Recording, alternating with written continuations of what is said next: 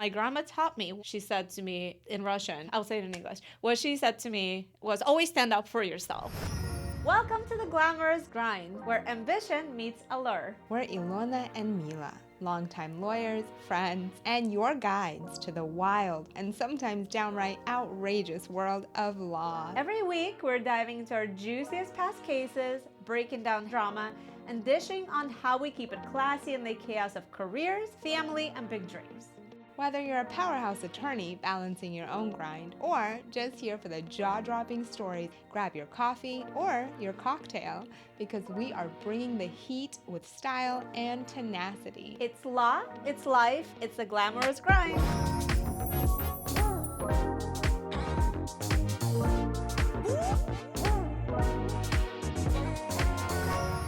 This week, it's all about pulling back the curtain. We're introducing you to us, our journey, our hustle, and why you want to tune in every single week. We'll share how we started as immigrants, what sparked our love for the law, the highs and lows of our careers, and of course, how we managed to keep our personal lives thriving and fabulous.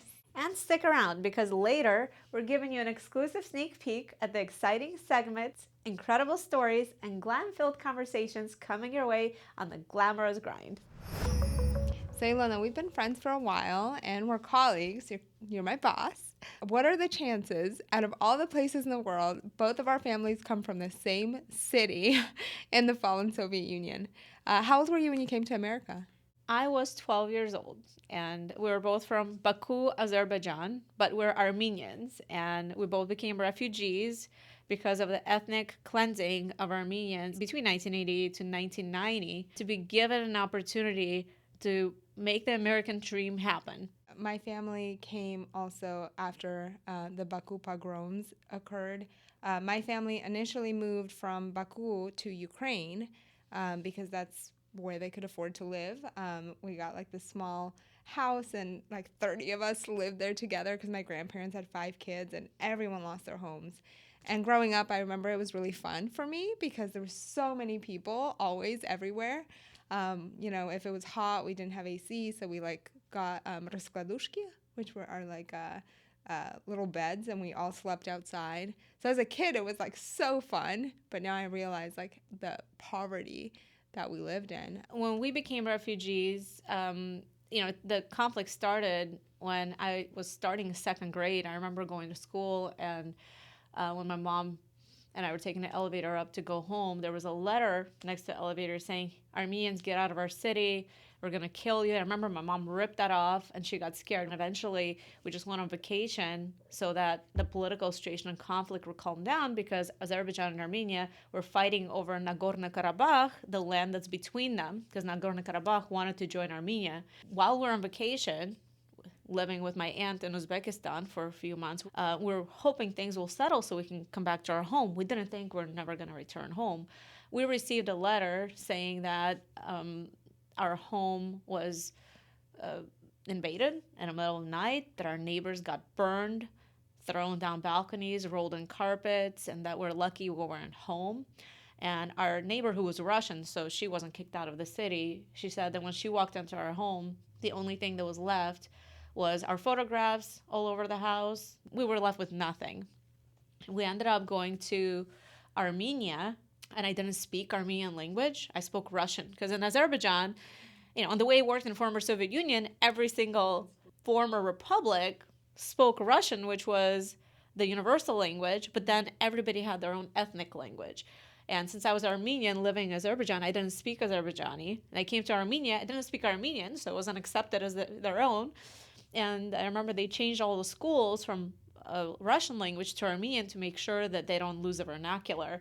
My entire life, I've never felt like I fit in anywhere. I've always felt like I've always been this like outcast. Like I was born in Ukraine, but I'm not Ukrainian. I speak Russian, but I'm not Russian. I'm Armenian, but I don't speak Armenian. And like really Armenians didn't really accept us back then because we were from Azerbaijan.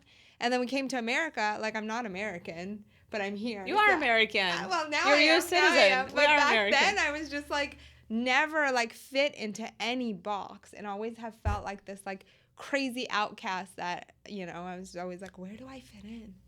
I definitely feel like I fit in America, and I'm American, and I'm so grateful for that. But I obviously, when I became a refugee, moving from Azerbaijan to Armenia, I wasn't accepted as their own, although these are my people. They said I got bullied. I had to fight in school every day, pretty much. Did you physically fight? Oh, yeah. I mean, I used to love watching Bruce Lee movies. There was a movie theater next to our house, and I thought Bruce Lee was my god. I used to pray to Bruce Lee just so that I could go and kick some butt when I'm at school to defend myself, and I used his moves. I was actually defending other kids because I got along with people, but I didn't like it when I saw injustice.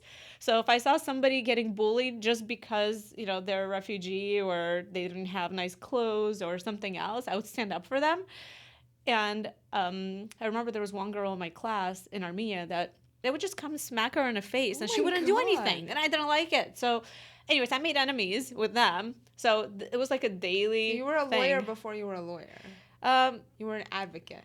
Yeah, I think it was in my heart. I like that. Okay. But yeah, I remember one time I got jumped by a lot of people after school and trying to protect, my friends over there. So I remember I had a heavy bookcase with a lot of books, and I took the bookcase because I couldn't, and I just started spinning it, so I could get everybody away from me. I was just spinning with it to keep everybody away from me, and then doing the karate moves, which don't work because I was not that good at it. Doing this and this and this doesn't do anything. You're very little.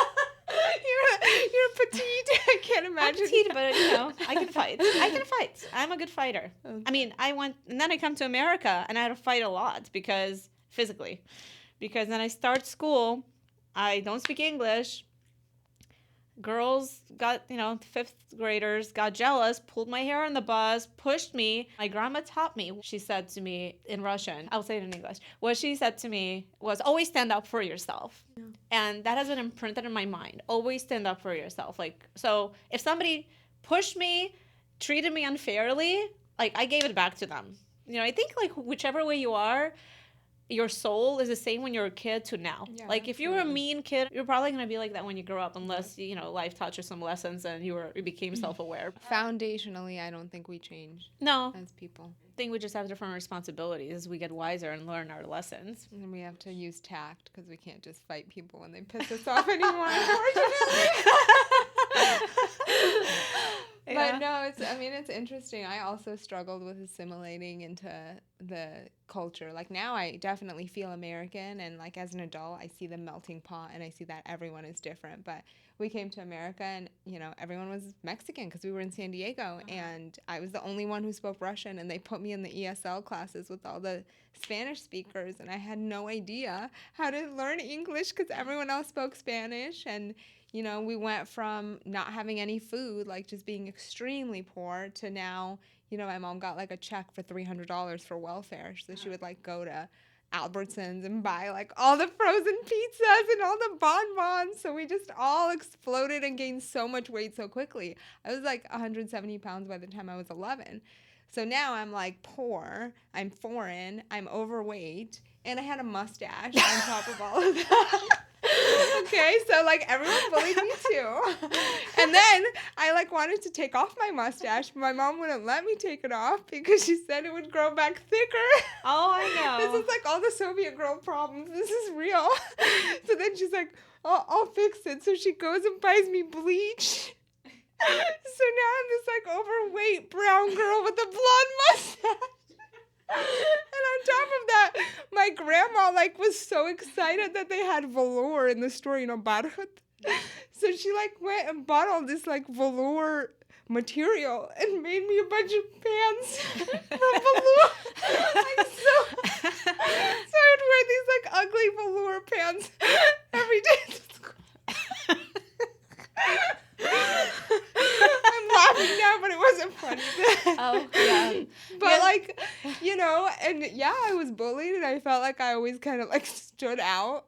But, ultimately, at the end of the day, going back to being in America, all you have to do is work really hard, and you can literally accomplish anything. And stay positive. And stay positive. That's a huge thing because your mind is powerful. Yeah, because a lot of people are held back by their past, and I think rewiring your brain and thinking positive, and especially just like being grateful for what you have, your health, your five senses, anything, small things every day matter to be grateful for. Because, here I think we forget everything that we have that we didn't have at a certain time in our lives. My father always said, we came here for you. It's all on you. And I was always a good student, so I felt the pressure. Now it's just wired in me that I have not reached my potential. I have so much more to accomplish in my life, and I know I can. It's like I just know in my gut that I'm going to do bigger things than I've done so far, and I really want to make a difference in the world. Perspective is everything. I mean, I feel like I was even lucky because even though I also was very greatly affected by the pogroms, I was not born yet. So, like, I ended up being born in Ukraine because my mom was pregnant with me when they fled. So I didn't have the comparison of, like, living a normal life until I was, 11 like you, or my sister who's 12 years older than me, and then going to, like, poverty. I was born into poverty. Oh, I didn't know. I didn't realize you were not born there. Yeah, I was born in 1990. So, like, right as soon as, they settled in Ukraine, my mom had me. So I don't even have that comparison, but I do have the comparison of, like, growing up in Ukraine, because we grew up in Ukraine and, after the Bolshevik Revolution, like, Ukraine was never its own country. So I grew up, like, there was no law and order. My neighbors were all, like, crazy. Everyone was hungry. Everyone was alcoholics. They would drink bertsovka, which is, like, vodka with pepper. Because, like, it's basically rubbing alcohol. So I think they put the pepper in to, like, make it taste decent. I wonder how it compares to Absolute Papar, which I liked on my Bloody Marys back in the days. I haven't tried it. But, like, that's kind of what I grew up in. And, every time I have, like, a hard day of, like, all my kids are sick and I have to be up all night, I'm like, I've had harder days. And I'm sure you're the same way. But I think you have to be in that mindset, because both you and I could have been, like, we're victims. This sucks. Like, why are we so poor? Why are we in America and we don't have rich parents and we're not privileged? And we didn't. I felt like that when I came to America. I was like, why the hell was I born? Why did you bring me here? Because when I had to go to school in America, when I didn't speak English, I was bullied so much that there were days when I just, like, wish I was dead. Like, I really hated my life so much, and I felt like my parents couldn't speak English. They couldn't, like, stand up for me or do anything. Being poor or rich, what matters and what mattered to me and matters in my family still is how close my family is, how much love and support we give to each other. And that includes, my mom, my dad, my aunts, my cousins, my grandparents. They were just always so loving and so supporting that I personally don't really feel like I missed out on anything during my childhood. I guess I couldn't do some extracurricular activities that I wanted to because they didn't have the money. And what I really hated is when we would go to the market, I'd be like, Mom, I want a gum. Because, they had these American gums that, maybe you don't know, but back in former Soviet Union, they used to sell Turbo gum and, like, McDonald's gum. McDonald. You didn't have it? McDonald gum? And it was so good, but it was like $1 Russian ruble. And I'd be like, Mom, can I have gum? She'd be like, Pochchika, which means we have no money. And I hated it. I hated whenever we would go somewhere and I would say, want something? She would probably say Pochchika. And I just was so ashamed of that. And I was like, okay, I'm going to grow up and I'm just going to have a lot of money and I'm going to make it happen. And I can buy anything I want. And, like, fortunately, I worked hard to be where I am. So that's not a problem anymore. I know. I remember, like, every time, now they, for whatever reason in schools, they, like, give the stuff to the kids in the school every year. But when we were kids, they would give us a list at the beginning of each school year of, like, all the things you need to buy. And I remember, like, every time that list would come in, I had, like, this dread of, like, we have no fucking money. Like, where's my mom gonna find money to, like, buy me a calculator and markers, And I remember, like, growing up and being like, I will never be poor again. This will never be an issue. My children will never wonder where their calculator is coming from. So now when people are like, well, how do you have the motivation to work so hard? I'm like, this is not hard. Being poor is hard. Being hungry is hard. Not knowing where your rent is coming from is hard. Working hard and having all of the opportunities in the world to build, grow, and develop is a blessing. Why don't you tell us a little bit about how you decided to become a lawyer?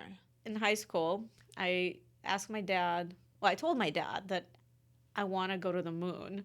I want to be an astronaut. And he told me, because he still had the fresh off the boat mentality, is that you're a woman. You're not going to end up going to the moon. You're going to be sitting behind a desk somewhere. But I was really good at math. So then I said I want to be an actress. Because when I was a kid, my grandma made sure that when I would walk on the street, I would sing really loud so I would be discovered. And I used to do that. I would like scream my butt off, like singing on the street as a little kid. But that didn't happen in former Soviet Union. Never got discovered. So then I went to a psychic to figure out what the hell am I going to be. First, I went to her when I was 16 with one of my boyfriends. I mean, the boyfriend at the time. And, I remember she told me that I was going to have 9 children and that she gave him a reading and said he was going to not have 9 children. Well, so you're on your way. I don't know about him. I'm 5 now, and I have some frozen embryos, but you know, we broke up like 2 months later, so your reading was a lie. So a couple of years later, I take my other boyfriend to a psychic while he's getting a reading, and I refuse to spend any more money on that lady. So same psychic. Same psychic, but I wasn't going to participate. So while I'm in a waiting room... Why would you not find a new psychic? Because she was like the main one there on the radio all the time. So okay. Then I'm sitting in the hallway, and then her daughter's there. She's like, okay, why don't I give you a reading for like free? So she looked at my hand, and I said, well, I really don't know what I'm gonna like. What am I gonna be when I'm gonna grow up? And she says, I see a lot of papers around you. I remember being in the shower that night, and I was thinking, a lot of papers. I guess I could be someone's secretary, or I could have secretaries. And then my dad, I remember, mentioned to me before that only lawyers or doctors make it to America because that's what every immigrant thinks. Okay, I'll be a lawyer. And that's it. That's when I made a commitment. I was in a shower shortly after a psychic reading, and that's how it got started. So my story is much simpler. We came to America, and my mom was like, okay, Mila, like, we brought you here. I don't speak the language. This is not my country. Like, you better make it worth it. So then she said, you can be a lawyer, a doctor, or a failure. Take your pick. So I really thought about it. And I was like, well, I don't like blood. So I guess I'll be a lawyer because I don't want to be a failure. And then I really fell in love with Law and Order. And I watched Law and Order religiously. So I really liked what they were doing. And I became just so enthralled with the fact that the justice system worked so smoothly here. Because growing up, in the Soviet Union, there was no justice system. I remember my uncle's friend got his head chopped off for $300 and no one even knew who did it, what did it. People would disappear all the time. No one knew. Here, everything was investigated. I was like, wow. And I was so amazed by the Constitution and the two-party system. I was like, this is genius. I super nerdy, but I was just really, really passionate about the American legal system. And then I for sure thought I would be a prosecutor, and I would watch the cute blonde lady in Law and Order who would be eating Chinese food in the high rise at 2 a.m, solving cases. I was like, that's gonna be me. But then when I became an adult, I was like, I need to make money and not deal with murder all day. So yeah, here I am in the civil world. I remember when I was a kid and I was watching some black and white Russian movie. I was impressed with the part where there was a girl who was a prostitute, but she got arrested. And I remember this moment where she's reciting these code sections to the cop, and then they let her go. And I was like, that's so cool. She knows code sections. So as a litigator, I know my code sections really well. And but I didn't know I was going to be a lawyer back then. How did you end up choosing being a family attorney? I think it chose me because I opened up my law firm straight out of law school. I remember I worked for a criminal law attorney during law school because I had 0 connections and I wanted to have something on my resume. And he would accept every case that would walk through a door and give it to me. And I did the work, and it would get filed, and everything was fine. So then that gave me confidence that, maybe I can do this myself.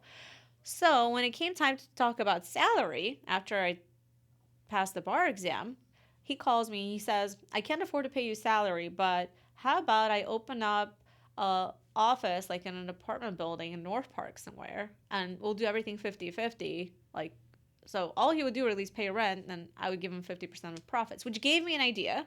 And I was 20, I just turned 25. I'm like, I wonder what it would cost to just have my own office, to rent an office and do it myself. Because I speak fluent Russian, I speak fluent Spanish. And during that time, I went downtown and started walking around and called the phone numbers I saw for rent. And just inquired what it would cost to rent my own office.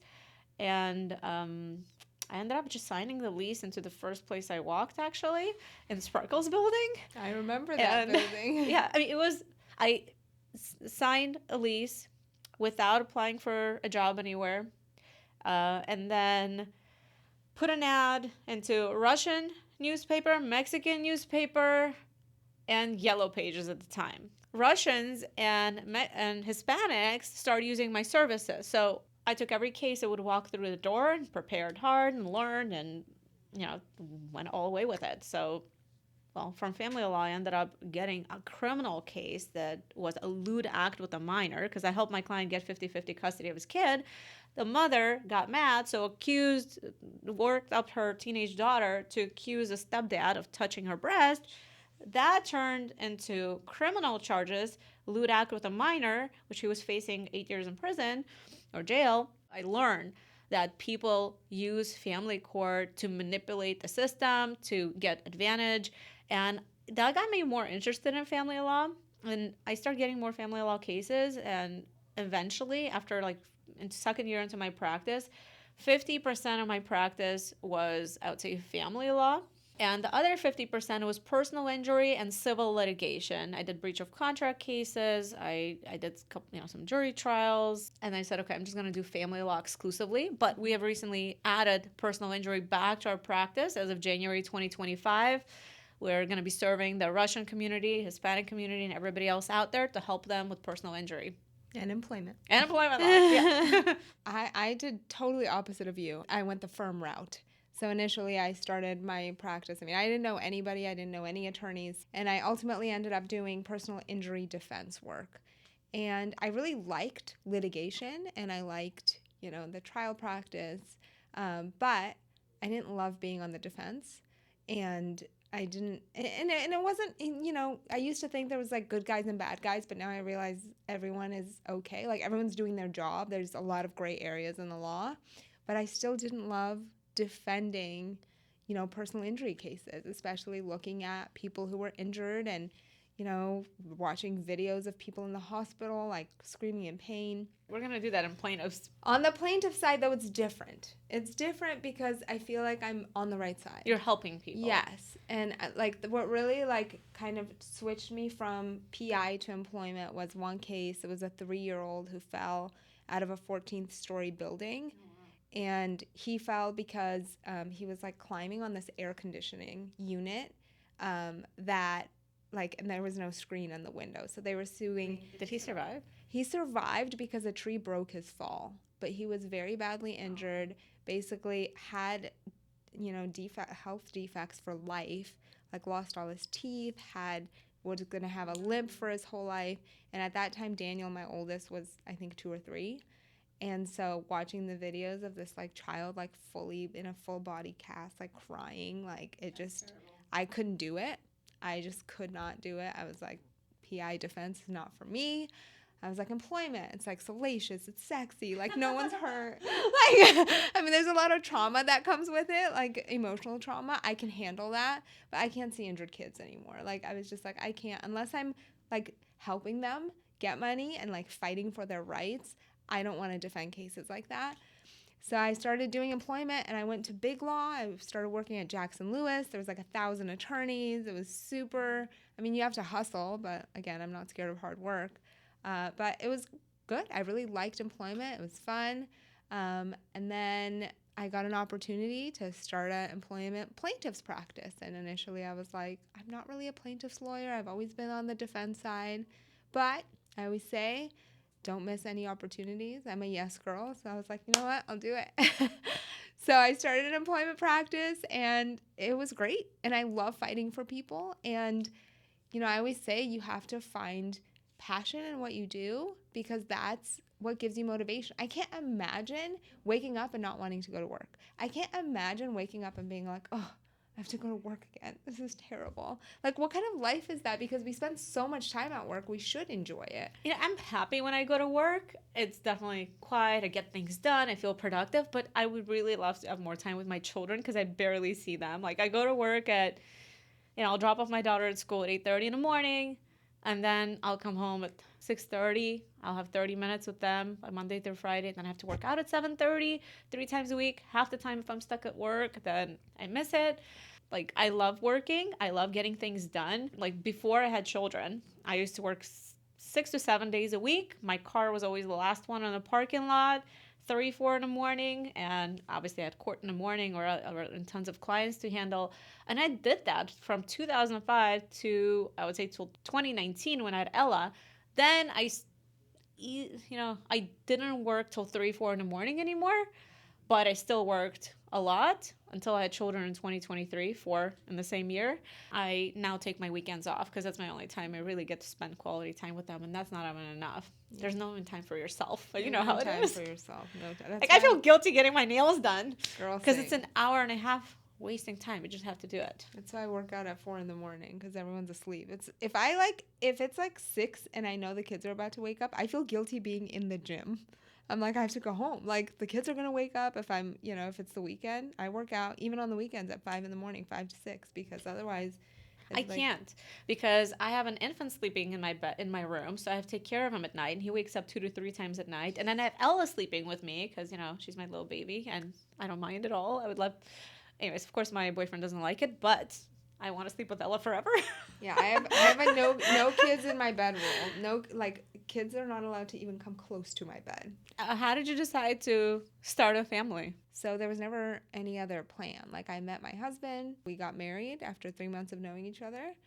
And then as soon as I finished law school, I finished law school at 24, got pregnant, like passed the bar in November, was pregnant by January, and had a baby, like, year 1 of law school. And then I had another baby 3 years later and another baby 3 years later. And now I have 3 kids. I've been married 12 years, and that was that.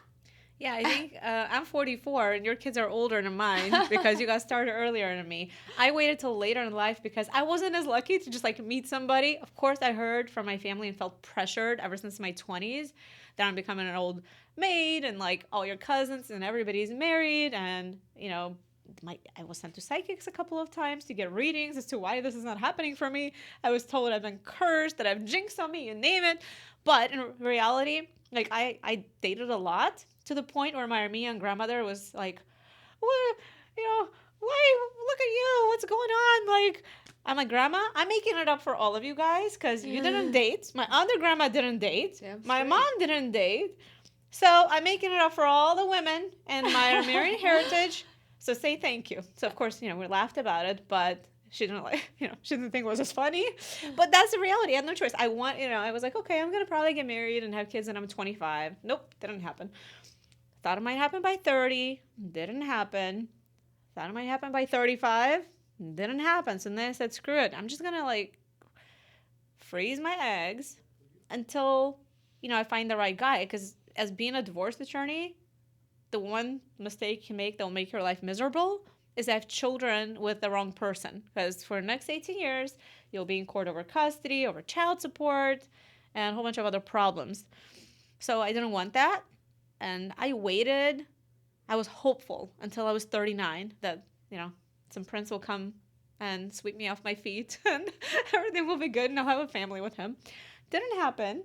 When I was 38, I met my boyfriend.